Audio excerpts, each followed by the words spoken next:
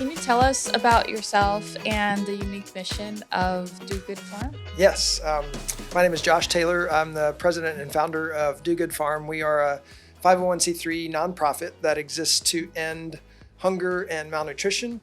But instead of just shipping boxes of rice and beans over and over again, we want to empower and equip people to grow their own food sustainably. And so we design all of the farms that we install to accomplish two primary purposes. Number one, we want to be able to harvest food 365 days a year. And then secondly, once a farm is up and running, it should produce food forever as long as it's maintained. And we have projects both locally and globally as well in developing nations, but we certainly want to impact the malnutrition that's right here in our own backyard for sure. How do you choose your projects? So we primarily work with people that we have relationship with that might have a passion for a particular village or community around the world globally that they have come alongside of. But it's really important for our mission to have trustworthy boots on the ground, if you will, people that are in country, that are hardworking. And so we vet those organizations well that are already working and doing incredible work. And so this is an opportunity for us to come alongside them and support what they're doing by providing food for the communities that they are helping. And then also locally, as I mentioned, there are food deserts right here in our own backyard. And so we'll get involved in anything that makes sense where we can have an impact there. Okay, so when you talk about communities globally, what does that mean? So we have projects all over the world in developing nations, but also right here in our own backyard. So for example, right now we're currently working with 2 schools in Burundi, Africa. It's a tiny little country right in the center of the continent. And right now, a lot of what they are feeding the kids there currently is primarily porridge and rice and beans and things like that. And so we want to grow fresh produce that they help to grow as well, that the kids are involved in. And then they will grow the food that's used to feed themselves. And so it's a nutritious, balanced meal that is calorie rich, but also really nutrient dense foods as well. We also have projects in Central America and Honduras at an orphanage and in Guatemala as well. And locally? Locally, yeah, we're working on a farm-to-table school cafeteria concept right now where we have a 2-acre farm that's designed to feed 500 kids a day. It's on school property at a local charter school at Hope Charter School and Legacy High School in Winter Garden. And the idea behind that project is to solve 2 challenges that we have in our backyard, in our inner city American food deserts. First, it's very difficult for schools to afford nutritious produce, and nutrition plays such a huge role in how our brains and bodies function. You got to put the right gas in the gas tank, if you will. And so secondly, even if there is some magic way to afford nutritious produce, it doesn't guarantee that the kids will actually eat their vegetables and not just scrape them off of their plate. And what we have found over the years of doing this is that when they can participate in the process, they're much more likely to eat their vegetables. And then having the farm on school property really matters because it becomes this incredible STEM learning laboratory for the kids as well. STEM meaning science, technology, engineering, and math. So there is incredible math and science in farming. So as an example, instead of having to do math out of a textbook sitting at a desk, they can go walk over next door to the farm and calculate how much food to feed the fish in the aquaponic system. So to do that, they might net out some fish out of the system and take an average weight. So they're calculating averages, and they know that if there are 400 fish in the system and they weigh on average 2 pounds apiece, there's a total of 800 pounds of biomass in the system. The fish eat approximately 3% of their body weight per day. So now they're calculating percentages.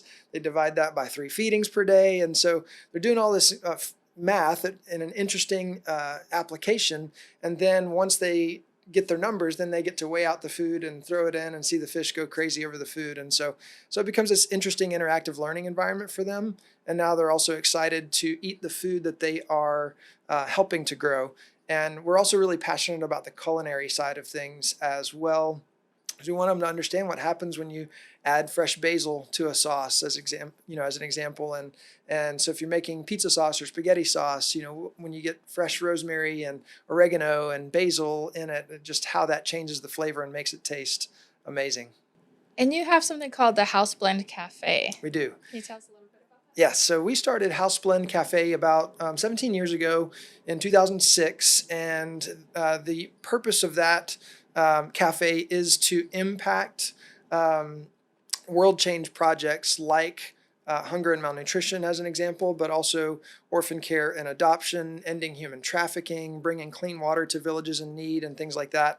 And it takes money to go and do things like that. So rather than always looking for handouts and doing golf tournaments and fundraising dinners and things like that, we started that business to generate revenue for those kinds of projects. So we committed 100% of the net profit will be given away to projects like that. And then our hope also is that we would be able to inspire people that come in to get involved in some way, shape, or form. And they may volunteer with projects that we are working on, or they may get more involved in like in a big way, or even small things like just if they understand that getting their cup of coffee and panini from us rather than from another local business, that it has impact in that space. And so that's why House Blend Cafe exists. And how do your projects funded by the House Blend Cafe end human trafficking and orphan care?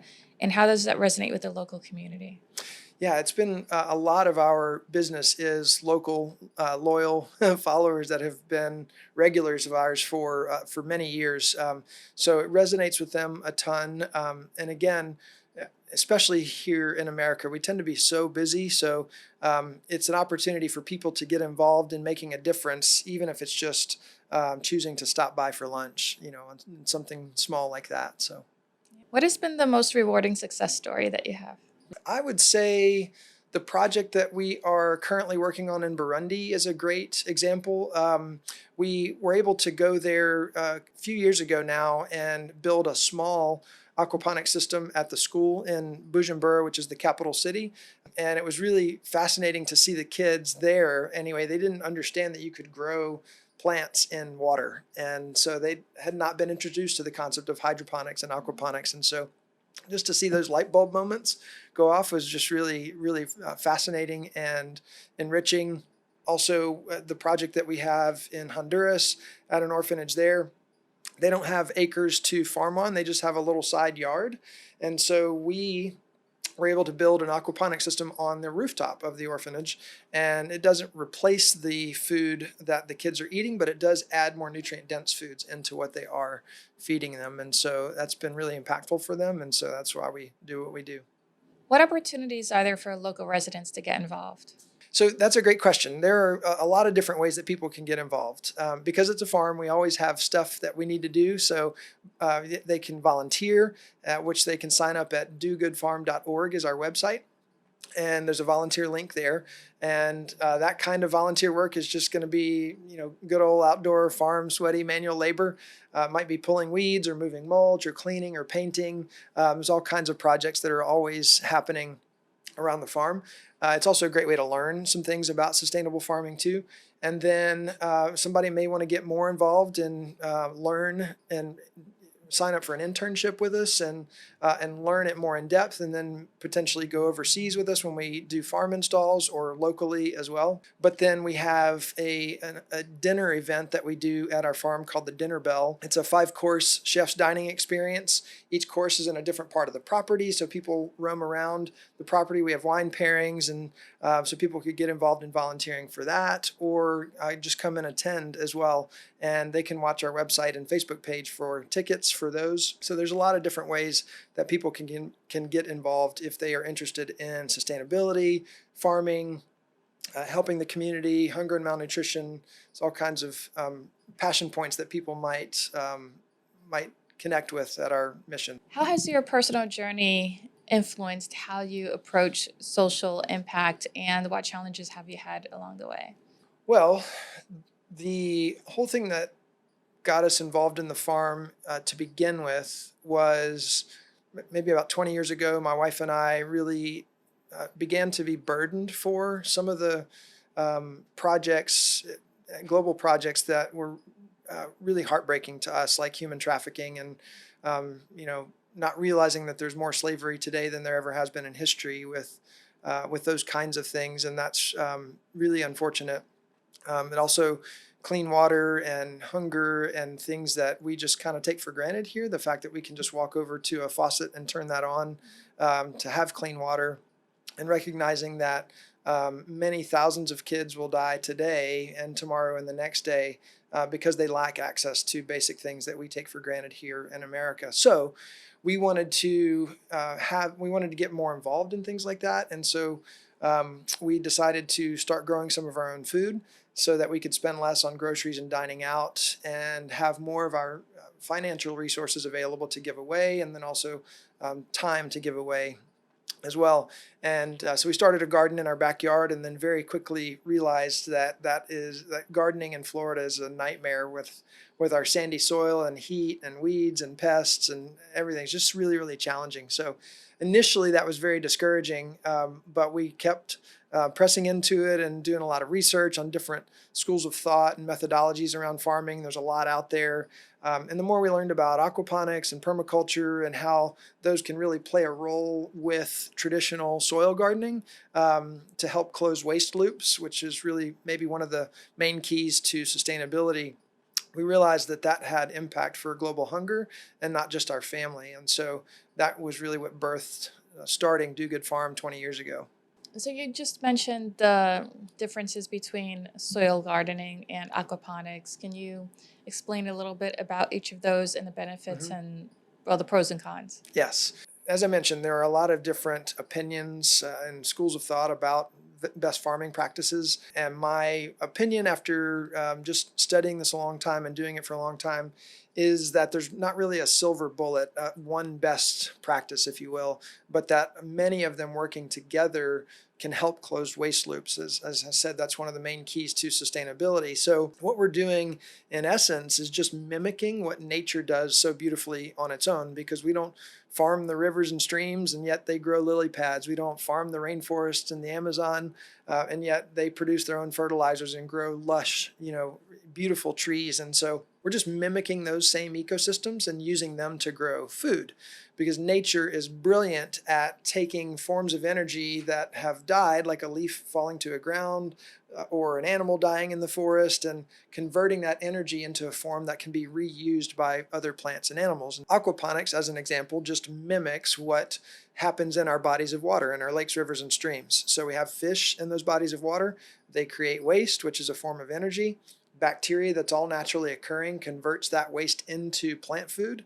And then we can then teach people how to breed their fish and save the seeds from the vegetables they're growing and how to grow their own fish food, so that once we start a farm, it'll produce food forever. With breeding their fish, they can harvest fresh fish out to eat, which is a great protein source. And then they have a perpetual supply of new fish to put into the system so that they'll never run out of food.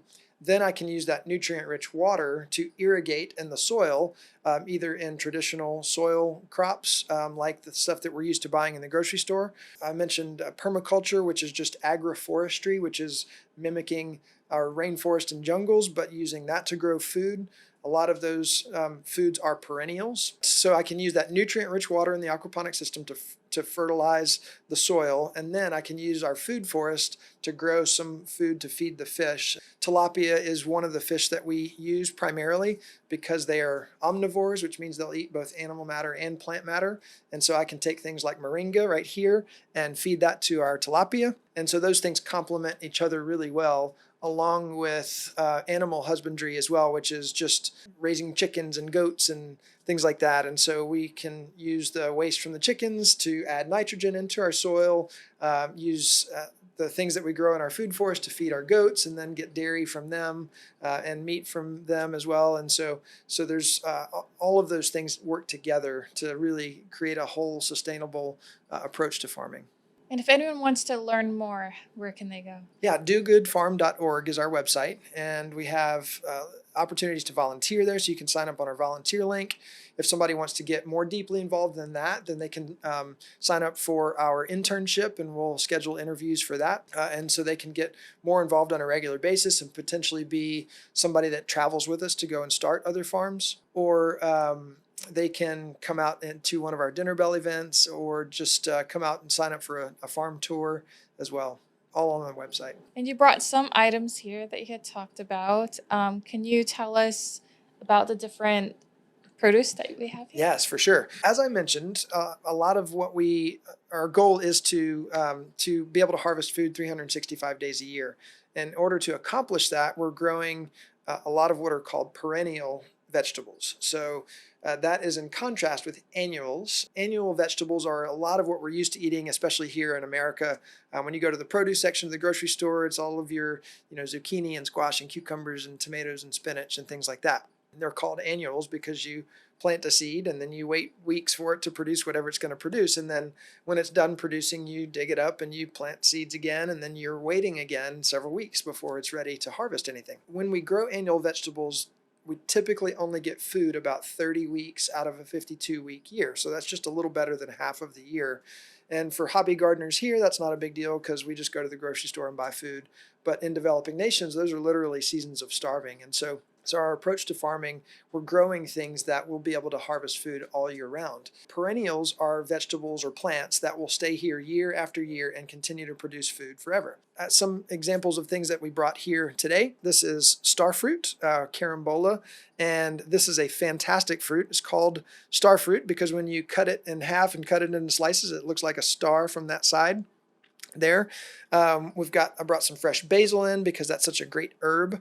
This is moringa, which is considered a superfood. You can actually find this in GNC and other health food stores. But if you think about the vegetables that we would normally eat, your broccoli, cauliflower, carrot, spinach, that kind of stuff, it's got X times the nutrients of all of them combined. So 4 times the iron of spinach, 3 times the beta carotene of carrots, 2 times the calcium of Greek yogurt. It's just jam-packed. And if you have kids that don't like to eat their vegetables, you can do stealth nutrition by blending this up into their spaghetti sauce or pizza sauce. Anything you do with spinach, you can do with moringa as well. It has a little bit of a peppery kind of flavor to it, and you can just peel the leaves right off the tree and eat it, just like that. And so it's nicknamed the horseradish tree, so we'll sprinkle it on salads, we'll throw it in our smoothies in the morning, or blend it into crock pots and stews, all kinds of stuff. This is a tree that just produces food year after year. Also brought some jackfruit. Over here, this is a big boy.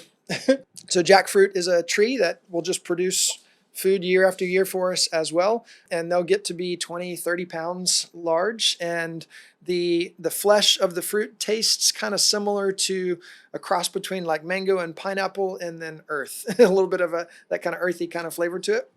But jackfruit is used a lot as like a vegan pulled pork. You can grill it and shred it and toss it in some barbecue sauce, put it on a sandwich. I brought some allspice as well. This is the same allspice that you use in your holiday Thanksgiving pumpkin pie and apple pie.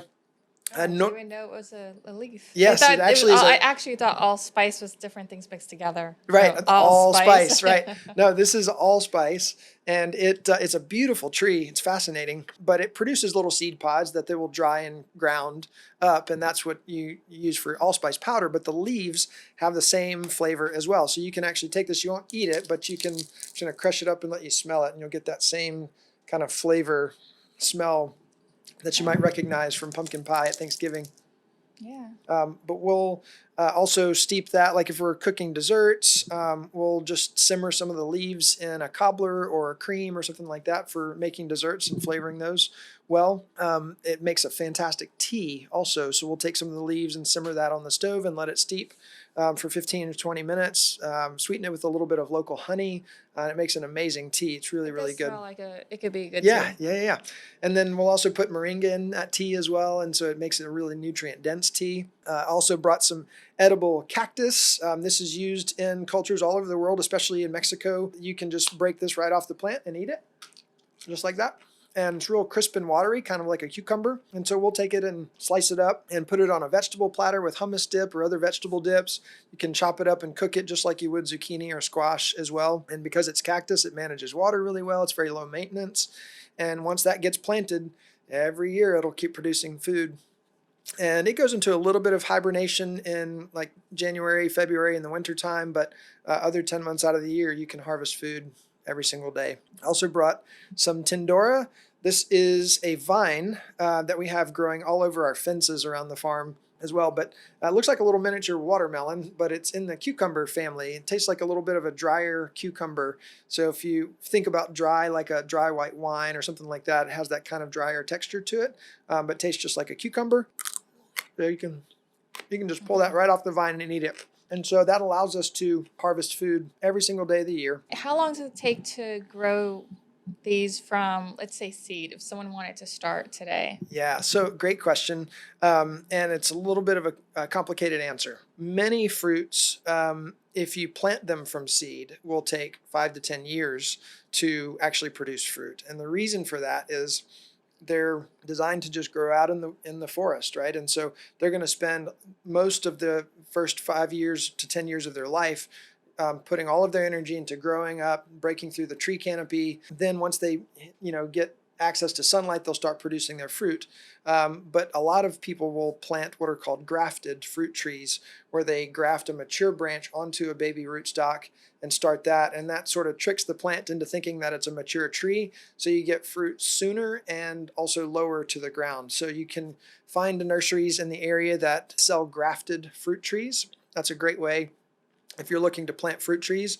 But we have a lot of things that we grow on our farm that you can plant and then start harvesting within a couple of weeks. There are a lot of different tropical spinach varieties that will do great here in the hottest part of our summer and are just as, if not more, nutritious. So things like Okinawa spinach, chaya or tree spinach we call it, longevity spinach, Suriname spinach, Siso spinach. There's a lot of different tropical spinaches that you can plant and start harvesting off of that pretty quickly. So it depends on the plant. All right. Well, if someone just goes to one of those big box stores, Yes. and try not to name them, Yeah.